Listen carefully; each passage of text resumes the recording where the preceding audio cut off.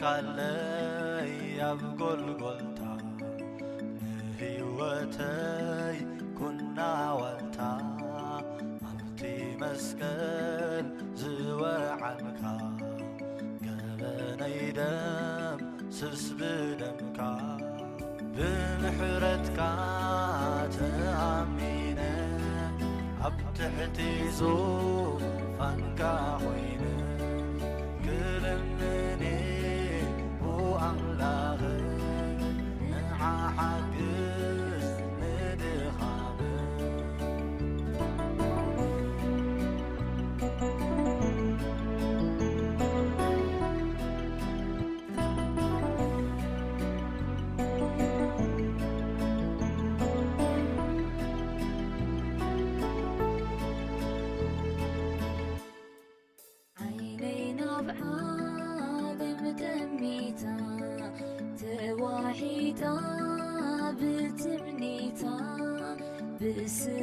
بسرحي بحسابي أحزينك لو قويتان بمحرتك تأمين عم تحتي زوفانك وين كلمني وأملاخ نعا حاجز ندخامي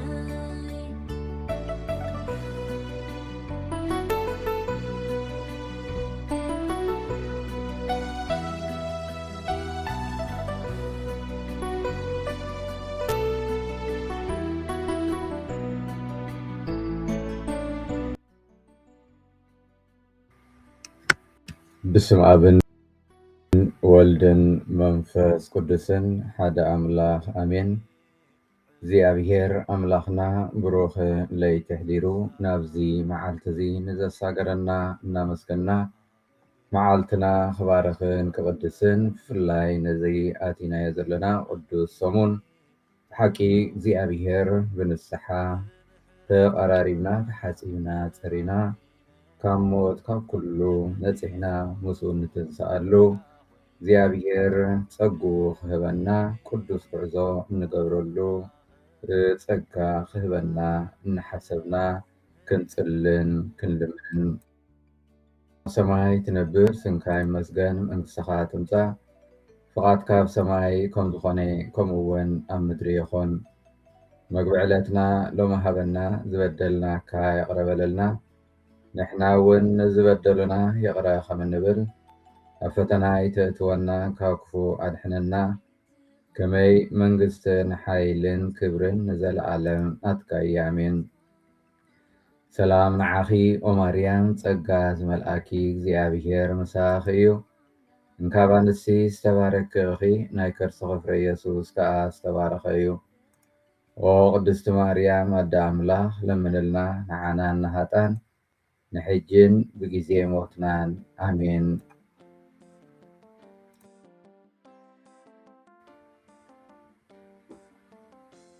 ጻድቃን ንምድሪ ክወርስዋ ኣብኡ እውን ንዘለኣለም ክነብሩ እዮም። ቁኑዕ ሰብ ብምስትውሓል ይዛረብ ካብ ክፉ ከዓ ፍትሒ ይወፅእ ካብ ኣፉ ከዓ ፍትሒ ይወፅእ ሕጊ ኣምላኹ ኣብ ልቡ እዩ ስጉምቱ ሰንከልከል ኣይክእብልን እዩ።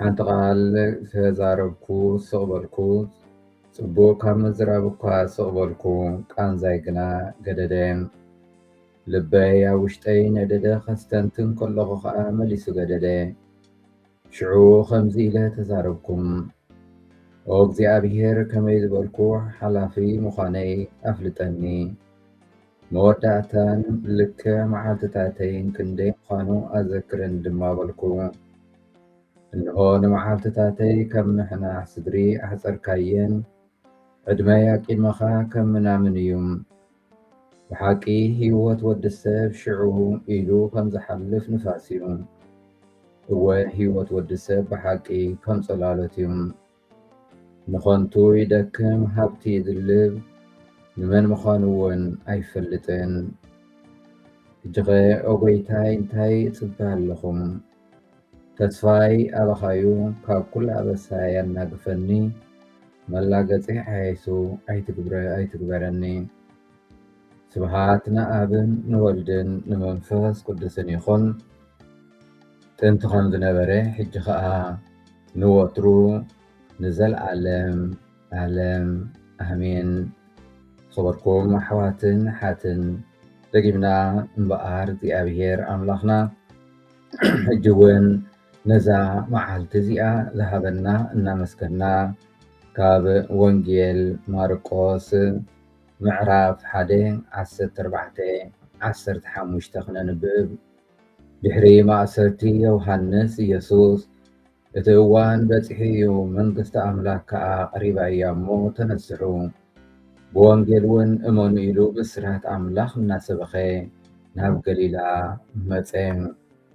ኣብዚ ናይ ሎሚ ኣስተንትኖና እምበኣር ከምቲ እንፈልጦ ብሓቂ ዝሰሙን እዚ ከምቲ ትማሊ ዘስተንተናዮ እቲ ዝበለፀ ቅዱስ ግዜ ምስ እግዚኣብሔር ኣምላኽና ብዝያዳ ብፆምን ብፀሎትን ናብኡ እንቐርበሉ ምስ ሓውናን ሓፍትናን እንዕረቐሉ ልዕሊ ኩሉ ሓደ ከዓ ናይቲ ጉዕዞ እዚ መጋበሪ ዝኾነና ቤተክርስትያንና እግዚኣብሔር ብቤተክርስትያኑ ዝዕድመና ከዓ ንስሓ ምዃኑ ፈሊጥና ክንንስሕን ክንልወጥን ንዕደም።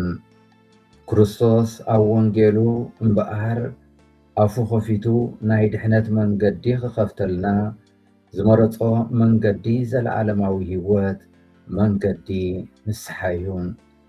ተነስሑ ብወንጌል እውን እመኑ ይብል። ተነስሑ ማለት ከዓ ቃል ንቃሉ ተመለሱ፣ ተለወጡ፣ ነቲ ልሙድ ኣነባብራኹም ለውጡ፣ ናብ ሓድሽ ህይወት ብክርስቶስ ተቐየሩ ማለት እዩ። በቲ ሓደ ወገኑ ከዓ ነቲ ዝነበረካን ዘለኻዮን ህይወት ብምልኣት ገዲፍካ ናብ ሓድሽ ህይወት ምእታው፣ ሓድሽ ህይወት ምጅማር ማለት እዩ። እዚ ከዓ ባዶ ኮይንካ ከም እንደገና ብሓድሽ ህይወት ምትንሳእ ማለት እዩ። ስለዚ በዚ ሰሙን እዚ እምበኣር እግዚኣብሔር ኣምላኽና ተሓፂብናን ፀሪናን እንደገና ከም ብሓድሽ ጉዕዞ ክንጅምር ክንሕደስ ክንልወጥ ንሕተት። ፀዋሕታ ንስሓ ክርስቶስ ብመን እዩ ዝጅምር? ክርስቶስ ንስሓዊ ለውጢ ቦቶም ናይ ሃይማኖት ሰባት ክጅምር ንሪኦም።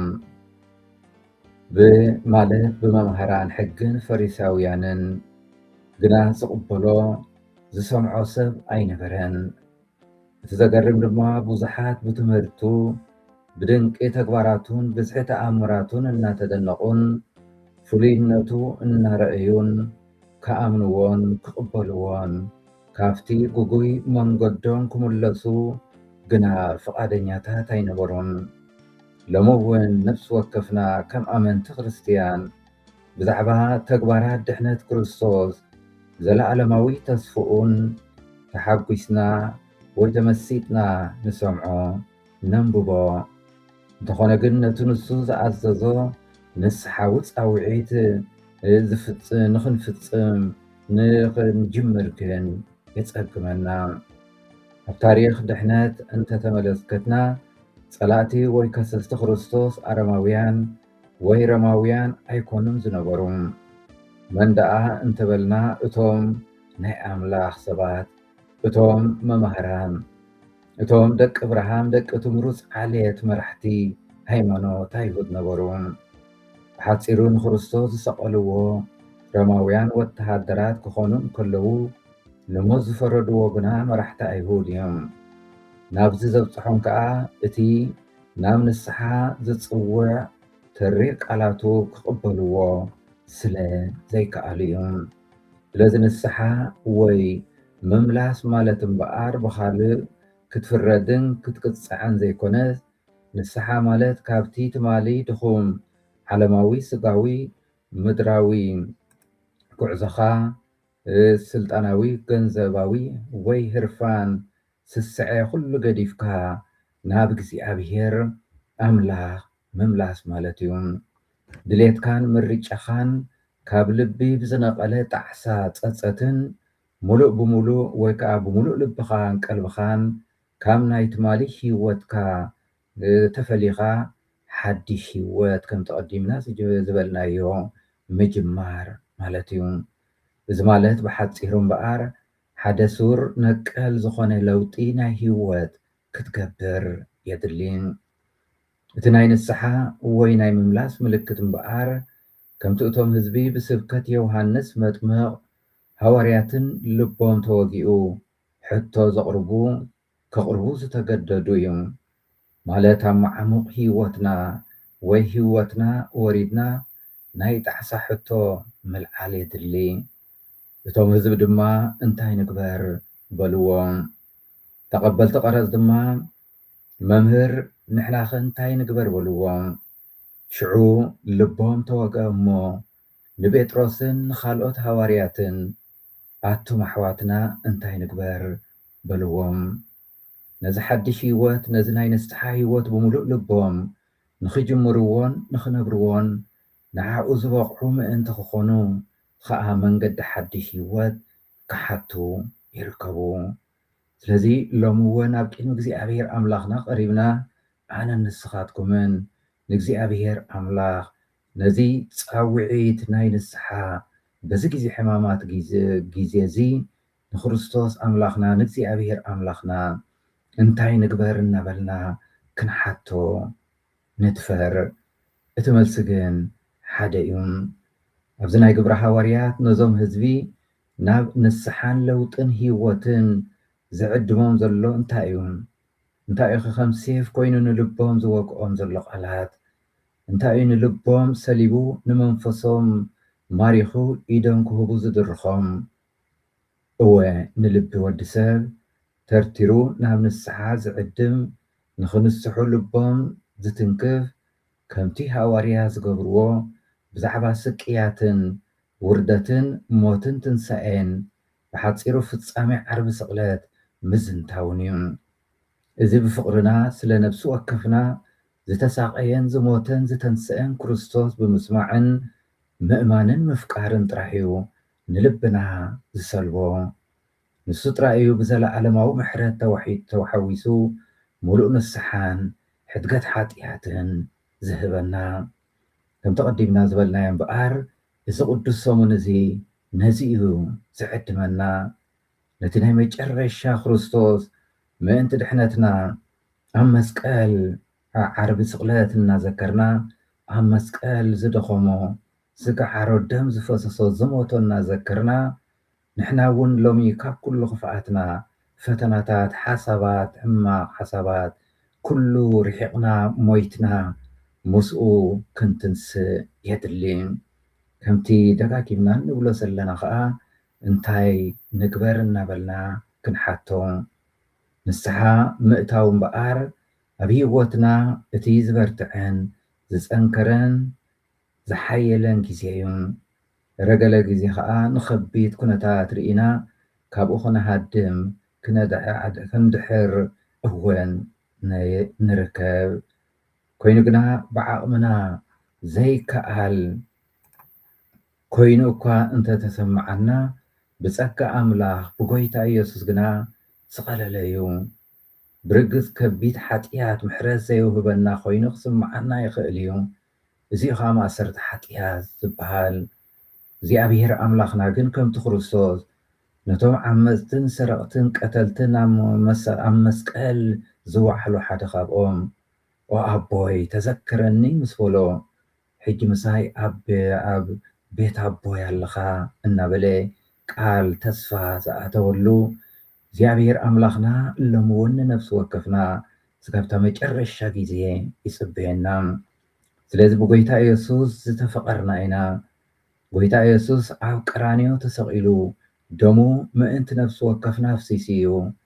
ሂወቱ ብመስዋዕቲ ሓሊፉ በጃና ከም ዝሞተን ብስልጣኑ ከዓ ንማእሰርቲ ሞትን ሓጢኣትን ስዒሩ ብዓወት ካብ ሞት ከም ዝተንስአ እንተኣምንን እንተኮይንና ሎሚ ብፍቅሩን ብዘለዓለማዊ ምሕረቱን ተኣማሚንና ከዓ ነፍሲ ወከፍና ተነሲሕና ክንትንስእ ሓድሽ ሂወት ክንጅምር የድሊ።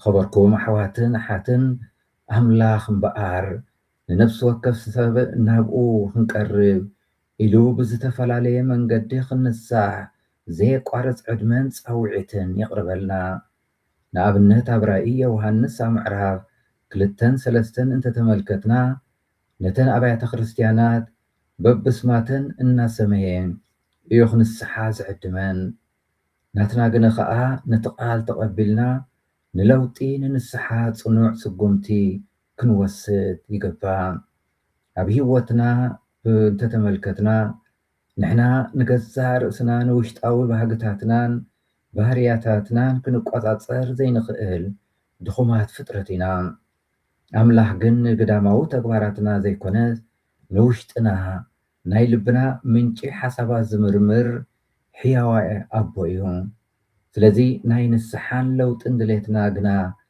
ኩሉ ግዜ ኣብ ትሕቲ ሕያዋይ ኣምላኽና ክንቕምጦ ንኽእል ኢና ንንስሓን ለውጥን እንተነፂግና ግን ሂወትና ፀልማትን ተኣማንነት ተስፋ ዘይብሉ ሂወት ምንባር ኮይኑ ይተርፍ ኣብ ፀልማት ንመላለስ ስለዚ ኣብ ሂወት ዝማርኽ ነገር እንተደኣ ሃልዩ بحقኛ መንፈስ ተነሲሑ ዝተለወጠ ሰብ ንምርካብ እዩ ናብ ንስሓ ዝተለወጠ ሰብ ሓው ሓፍቲ ኩሉ ግዜ ኣምላኽ ኣብ ዝርያኡ ይኸውን ናብ መዓሞቕ ልቡ ወሪዱ ከዓ ዓርኩ ልቡ ይኸውን ኣምላኽ እንታይ ክንገብር እምበኣር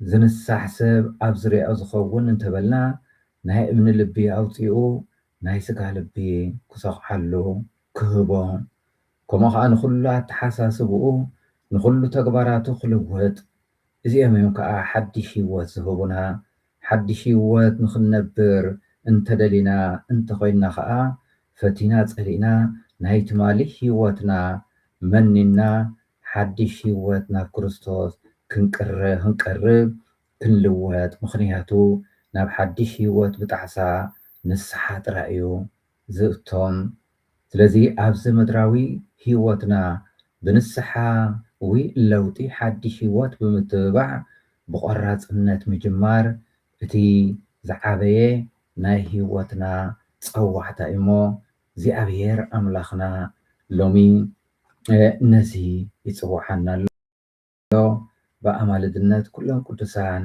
እኖና ቅድስት ድንግል ማርያም ከዓ ነዚ ፃውዒት እዚ ተቐቢልና ናብ ክርስቶስ ጎይታና ክንቀርብ ናብኡ ክንልምን ምሕረቱ ክንሓትት እግዚኣብሔር ኣምላኽ ንነፍሲ ወከፍና ይሓተና ኣሎ ነዚ ሕቶ እዚ ተቐቢልና እምበኣር ናብኡ ክንቀርብ ምስኡ ክንጓዓዝ እግዚኣብሔር ፀጉኡን ሓይሉን ይሃበና ንኸነምልኾ ዝፈጠረና እግዚኣብሔር ምስጋና ይኹን ኣዴናን መድሓኒትናን ዝኾነ ድንግል ማርያም ወላዲት ኣምላኽ ምስጋና ይኹን እፀድሕነትናን ሓይልናን ፀግዕናን ንዝኾነ መስቀል ክርስቶስ ምስጋና ይኹን እግዚኣብሔር ኣምላኽና ናይ ንግሆ ፀሎትና ከም ሕያው መስዋእቲ ተቐበለልና ኣብ ኩሉ ጉዕዘናን ስራሕናን ሰኒየና ሰናይ ዝኾነ ተግባራት ጥራይ እናፈፀምና ከም እንውዕል ግበረና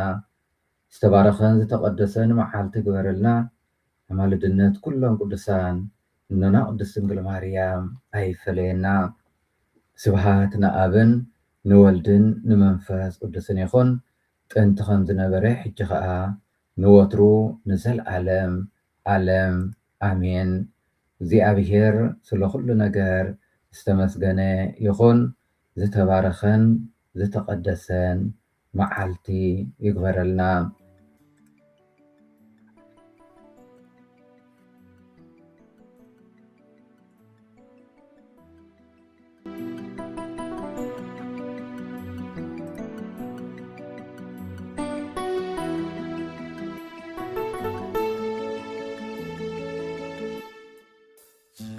ካለይ ኣብ ጎልጎልታ ንህይወተይ ኩና ዋልታ ኣብቲ መስቀል ዝወዓልካ ገበነይ ደም ስስ ብደምካ ብምሕረትካ ተኣሚነ ኣብ ትሕቲ ዙፋንካ ኾይነ ክልምኔ ኣምላኽ ንዓ ሓግዝ ንድኻም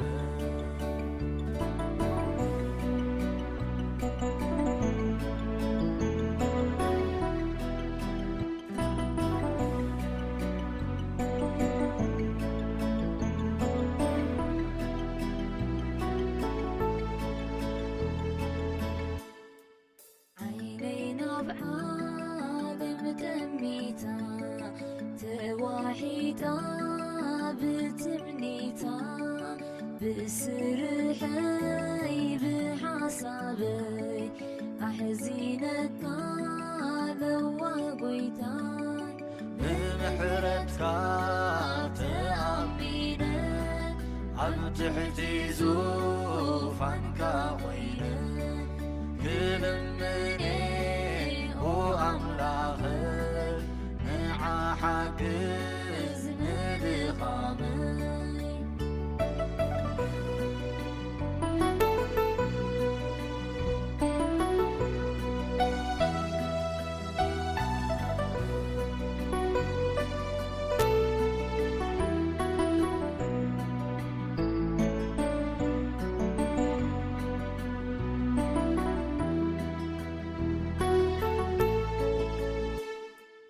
መሓረኒ ሕፀበኒ ብመንፈስካ ለውጠኒ ኣብ እግርኻ ተንበርኪኸ ክትምሕረኒ ተሃዊኸ ብምሕረትካ ተኣሚነ ኣብ ትሕቲ ዙፋንካ ኾይነ ክልምኔ ኣምላኽ ንዓ ሓግዝ